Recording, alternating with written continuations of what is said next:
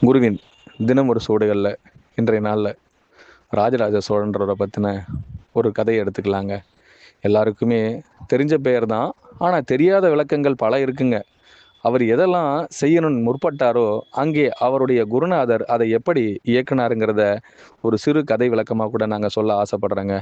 எல்லாரும் ராஜராஜ சோழன்னா தஞ்சை பெரிய கோயில் அப்படின்ற விஷயந்தாங்க முதல் முதல் எல்லாருக்குமே ஞாபகம் வரும். ஏன்னா உலக அதிசயத்தில் எல்லோருமே அதை பார்க்குற மிகப்பெரிய அதிசயமாக பார்த்துக்கிட்டு இருக்கோன்னா, அதனுடைய மறுபக்குவத்தை யாரெல்லாம் பார்க்கணும்னு நினைக்கிறீங்களோ ராஜராஜ சோழனுடைய மறு விளக்கம் என்னன்றதுக்கு அர்த்தமே அங்கே வேறங்க. குருவும் சீடரும் ஒவ்வொரு காலகட்டத்திலையும் தன்னுடைய பணிமுறை வாக்கியமாக பல இடங்களுக்கு பயணிப்பாங்களாங்க. குரு எவ்விடத்திற்கு பயணிக்கின்றாரோ சீடனும் அவ்விடத்திற்கு பயணிக்கணும்னு நினைச்சு குருவோட ராஜராஜ சோழன் ஒரு காட்டுக்கு பயணிச்சாராங்க. அப்படி காடு மிகவும் வனாந்தரமா இருந்ததாங்க. அந்த வனாந்தரம் மிக்க காட்டுல ஒரு நாள் தங்கணும்னு ஆசைப்பட்டாராங்க. ஒரு நாள் தங்கிய பொழுது தன்னுடைய குருவுடைய ஆதிநாதத்திலிருந்து 2 ஒளி சுவடுகள் வெளிப்பட ஆசைப்பட்டதாங்க. அப்படி வெளிப்பட்ட பொழுது அந்த ஒளி சுவடுகள் 2மே தன்னுடைய குருவிலிருந்து வெளிப்படுவதை இந்த ராஜராஜ சோழன் கண்டுபிடிச்சாராங்க. எப்படியெல்லாம் இது வெளிப்படுது, ஏன் வெளிப்படுது, உச்சத்தில் இதனுடைய ஒளியின் நாதம் எங்கிருந்து வருதுன்னு அவர் அறிய முற்பட்ட பொழுது அந்த ஒளியை அவரை உள்ளூர அழைச்சிட்டு போச்சாங்க. ஒரு இடத்துக்கு பின்னாடி அது அப்படியே மறைய ஆரம்பிச்சுதாங்க. அப்படி அவர் மறைஞ்ச இடத்துல அந்த ஒளியிலிருந்து அவர் எதை கண்டுபிடிச்சாருன்னு மிகப்பெரிய ஆராய்ச்சி செய்யும் பொழுது அவருக்கு இந்த உலகத்துல எந்த இடத்துல மிகப்பெரிய பிரதிபிம்பம் தெரிய வேண்டுங்கிறதுக்கு அந்த ஒளி ஒரே ஒரு விஷயத்த மறு உணர்வு முதையா அழகுபடுத்தி காட்டுச்சாங்க. அப்படி அது அழகுபடுத்தின இடம், பொருள் எங்க இருக்குன்னு அவர் பல ஆண்டு காலமா தேடணும்னு ஆசைப்பட்ட பொழுது எங்க தேடினாரோ அந்த இடத்துலயே ஒரே ஒரு சிறு கருத்தாய்வு ஒன்று நடந்ததாங்க. குளம் விளக்கு, கோவில் விளக்கு அப்படின்னு சொல்லி ஒரு கோவில் நகரம் ஒன்று உருவாக, நீ எப்பேற்பட்ட ஒளி சுவடை ஏற்படுத்தி என்னுடைய நகரத்தில் இருந்து நீ சுமார் 5000 மைல் தொலைவுக்குள் எங்காச்சும் ஒரு கொடியை நாட்டிவிட்டு வா.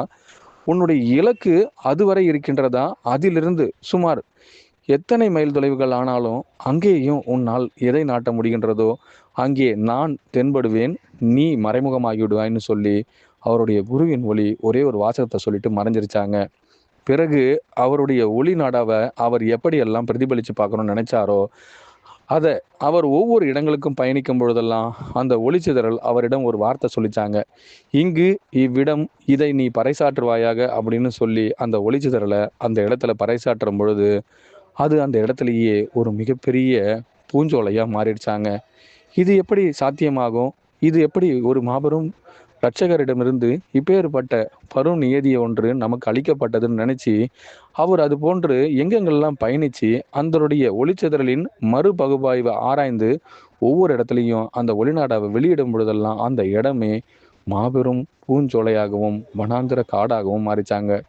இது போல அவர் எந்த இடத்துலலாம் பறைசாற்றணும்னு நினைச்சாரோ, ஏன் கடல் கடந்து கூட அவர் பயணிச்சிருக்காருங்க. ஏன் இவ்வளவு தூரம் சொல்லணுங்க, ஒரு இடத்துல கடலின் நடுவே அவர் அமர்ந்த நிலையில் உச்சத்தை உயரிய நாதருக்காக உள்ளோட்டம் காண வந்தவர்கள் அனைவருக்கும் நான் யாருன்னு ஒரு கேள்வி எழுப்பி அந்த நீரை தொட்டாராங்க. அப்பதாங்க அந்த நீரா தன் குருநாதர் எழும்பி நின்று, மகனே, உன்னுடைய சுவடுகளில் இனி ஒவ்வொன்றும் ஒவ்வொரு முத்தாய் பதிப்பிக்கப்படட்டும்னு சொன்ன உடனே அந்த கடலில் இருந்த அனைத்து முத்துக்களும் அவருக்கு மாபெரும் ஒரு விளக்கத்தை கொடுத்துதாங்க. இதுவரை என்னை கண்ட யாருக்குமே நாங்கள் இதை பிரதிநிதித்துவம் தந்ததில்லை. முதல் முறையாக ஒரு குருவின் சீடனாக வந்த உமக்கு இக்கடலே முழு சமர்ப்பணம்னு சொல்லி அந்த கடல்லையே ஒரு நகரம் அமைச்சு கொடுத்தாங்களாங்க. அப்பேற்பட்ட நகரம் இன்னும் கடலுக்குள்ளதாங்க மூழ்கி இருக்கு.